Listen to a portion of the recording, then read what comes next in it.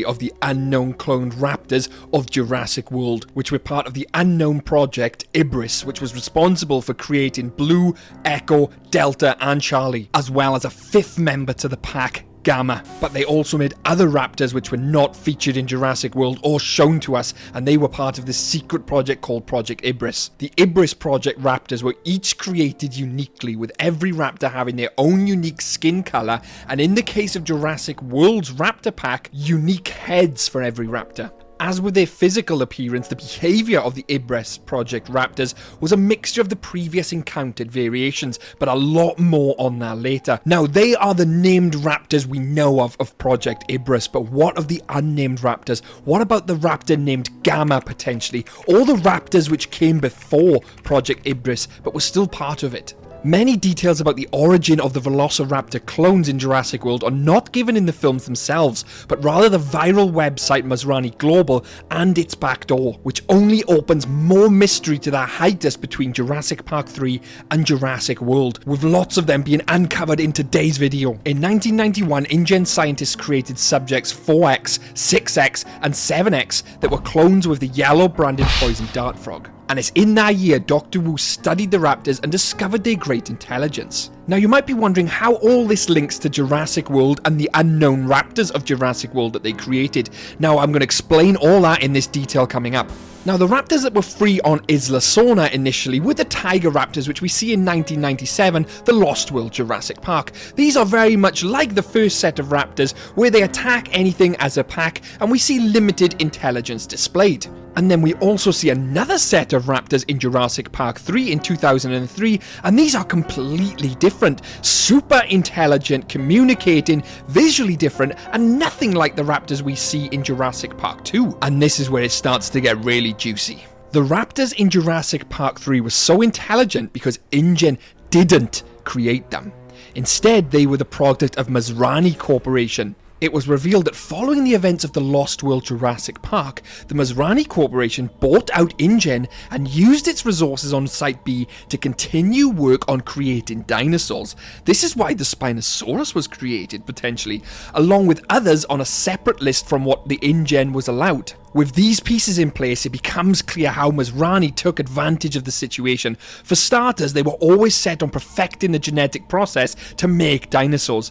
Now, with the resources secured and a location to work with, that was more possible than ever. From early work on genetic hybrids to what was shown in Jurassic Park 3, Masani had made steady headway since acquiring Ingen in 1998, but the raptors may have been the company's crowning achievement at the time. Unlike the raptors that came before, who at the very least knew how to trap prey while hunting, the raptors in Jurassic Park 3 were more advanced. They had felt as if they sought revenge for their eggs being stolen. They were also more skilled at communication and could understand commands given by even Dr. Grant. And it's these raptors, I believe, could be the precursor to the raptors of Project Ibris. It's even more possible that these raptors were also genetically designed to be more obedient, to be one day serve in military capacity. The looks of these raptors, from their quills to their colouring, also suggest early genetic tampering by Dr. Wu. In Jurassic World Camp Cretaceous, he is shown to make powerful officers bioluminescent even though they never were originally on Isla Sorna.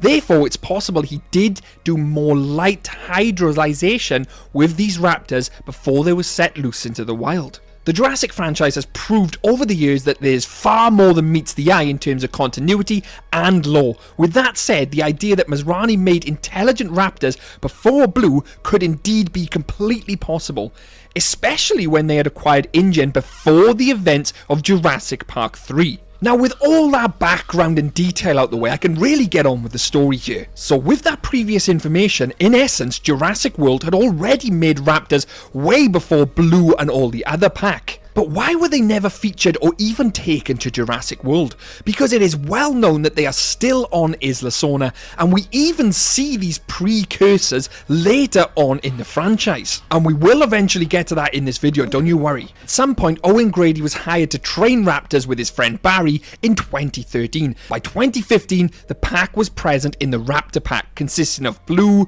Charlie, Delta, and Echo. There was also another raptor which was present at the start of the project in 2012, but she was rejected and presumably euthanized for aggressive behaviour, or so we're led to believe, and at this point this is where I will codename her Gamma, but her official name is actually Subject v-2. Now Subject v-2 is the name of the Velociraptor made for Ingen security division for Project Ibris. She was brown like the big one with a blue strip very similar to blue, but more faint in colour. She also had 2 small vertical scars on her snout, but we'll talk about her a little bit more later on. After the fall of Jurassic World, only one raptor was known to have survived, and that is Blue. And we see her later on in 2018 and in 2022 during the events of Jurassic World Dominion, and it thus shows that she is still alive and presumably the only Velociraptor in the world. We also know that this is completely untrue, because if we look at the Dino Tracker, which shows us all the sightings etc, and is the viral site for Jurassic World Dominion,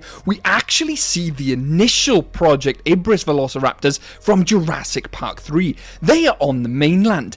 Now how would these have escaped Isla Sorna and made it to the mainland if they were not under the control of Masani Global? My belief is Masani Global actually kept the Jurassic Park 3 raptors from Isla Sorna and transferred them to the restricted section. And if you want to know more about the restricted section, I recommend checking this video out here, which I've covered it all on. And this is where they would have kept them initial Jurassic Park 3 raptors, the quilled raptors, until the fall of Jurassic World. And when the forces from Lockwood Manor come back in 2018, they actually captured these raptors as well. And that's how then later on we see them on the mainland, which shows Masani Global did indeed make the Jurassic Park 3 raptors, keep them on Isla Sorna, as well as any other raptors. Which brings me back to Subject v-2, or as we are calling her, Gamma of the pack. Now with all the dodgy dealings of Masani Global with them making hybrids, secretly making other hybrids, and not to mention Doctor Who having a deal with Manticorp, which also had their own raptors as well, which very much looked like the raptors from Jurassic Park 1, which later on down the line Biocen get involved with, but that's not for today's video. This clearly shows that Masani Global, or even the employees of Masani Global, are dealing in very shady business. So in my eyes, there is no way they would have euthanized that Velociraptor, that Gamma Raptor, the v-2 Raptor. They would have kept that potentially in the restricted section and continued testing on it, running all kinds of various tests, and then eventually ending up in the hands of shady characters such as the other animals did with Lockwood Manor. Which then my belief is this 5th member of the Raptor pack was then potentially used to create the Atrociraptors, maybe the base genome of the Atrociraptors, especially as v-2 was known to be super aggressive and be unpredictable. Now whether or not the Jurassic Park 3 raptors were on Isla Nublar in the restricted section is a theory, but the fact that Subject v-2 exists and is canon, that is indeed a 5th member of the Raptor pack, which I have nicknamed Gamma. I hope you've enjoyed today's video. It's been a big one, a long one. Thanks for watching till the end, guys. Don't forget to check out all my other story videos because you will definitely enjoy them if you've enjoyed this.